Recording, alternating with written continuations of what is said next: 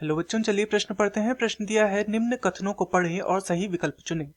पहला कथन है, क्रोमेटिन का ढीला बंधा हुआ और हल्का अभिरंजित भाग हेट्रोक्रोमेटिन कहलाता है।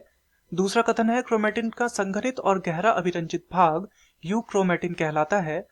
तथा तीसरा कथन है, एक साधारण न्यूक्लियोसोम में 200 बीपी के डीएनए हेलिक्स होते हैं। तो विकल्प हमें दिए गए हैं। विकल्प ए है, कथन 1 व 2 सही हैं परंतु कथन 3 गलत है। विकल्प बी दिया गया है, कथन 1 व 2 गलत हैं परंतु कथन 3 सही है।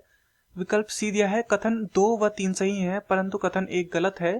तथा विकल्प डी दिया है, सभी कथन सही हैं। तो इस प्रश्न में हमसे क्रोमेटिन के विषय में कुछ यहाँ पे हमें कथन दिए गए हैं और हमें बताना है कि ये कथन सही है अथवा नहीं। अर्थात इस प्रश्न की जो मुख्य अवधारणा है वह किस विषय में है? वह है क्रोमेटिन के विषय में। क्रोमेटिन। तो चलिए हम सबसे पहले यह समझते हैं कि क्रोमेटिन क्या होता है तथा फिर इसके विषय में जो कथन दिए गए हैं हम उन्हें देखेंगे। तो क्रोमेटिन जो है ये वास्तव में आनुवांशिक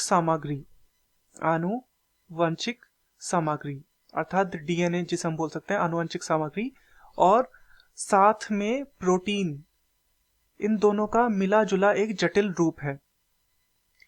इसका मुख्य जो कार्य होता है वो क्या करता है? वो होता है कि डीएनए को सघनता से पैक करने का इसका मुख्य कार्य है।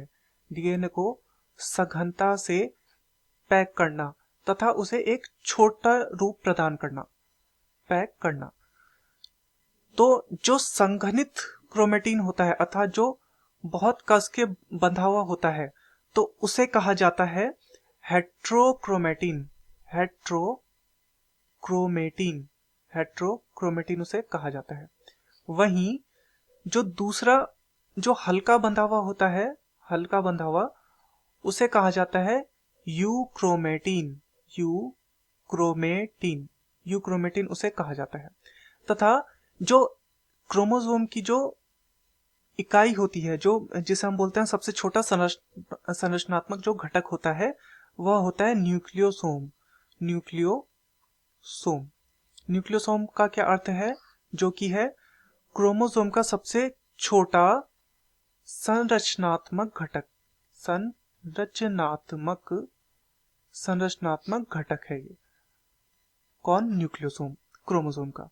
तथा एक न्यूक्लियोसोम में 200 बीपी के डीएनए हेलिक्स होते हैं। DNA helix. तो यह है क्रोमोसोम्स के बारे में, क्रोमेटिन के बारे में कुछ कथन। तो चलिए देखते हैं अपने कथनों को। कथन 1 दिया है, क्रोमेटिन का ढीला बंधा हुआ और हल्का अभिरंजित भाग हेट्रोक्रोमेटिन कहलाता है। नहीं, ये हेट्रो नहीं, ये कहलाता है यूक्रोमेटिन। जैसा कि हमने यहाँ पर देखा, यूक्रोमेटिन हल्का बंधा हुआ भाग। तो ये हमारा गलत हो गया। दूसरा कथन है, क्रोमेटिन का संघनित और गहरा अभिरंजित भाग यूक्रोमेटिन कहलाता है। तो यूक्रोमेटिन नहीं, ये कहलाता है हेट्रोक्रोमेटिन। तो ये क्या हो जाएगा? ये भी गलत हो जाएगा। तथा तीसरा कथन है, एक साधारण न्यूक्लियोसोम में 200 बीपी के डीएनए हेलिक्स होते हैं। बिल्कुल, एक साधारण न्यूक्लियोसोम में 200 बीपी के डीएनए हेलिक्स होते हैं, ये बिल्कुल सही है। तो चलिए विकल्पों को देखते हैं। विकल्प ए दिया है, कथन 1 व 2 सही है। तो कथन 1 व 2 सही नहीं है, तो ये हमारा गलत हो जाएगा। विकल्प बी दिया है, कथन 1 व 2 गलत है परंतु कथन 3 सही है। बिल्कुल, कथन 1 व 2 गलत है और कथन 3 हमारा सही है, तो ये भी हमारा क्या हो जाएगा? सही उत्तर हो जाएगा। विकल्प सी है, कथन 2 व 3 सही है परंतु कथन 1 गलत है। कथन 1 तो गलत है परंतु कथन 2 भी गलत है, सही नहीं है, तो ये भी हमारा गलत हो जाएगा। तथा विकल्प डी दिया है, सभी कथन सही है। तो सभी कथन हमारे सही नहीं है, 1 और 2 गलत है यहाँ पर।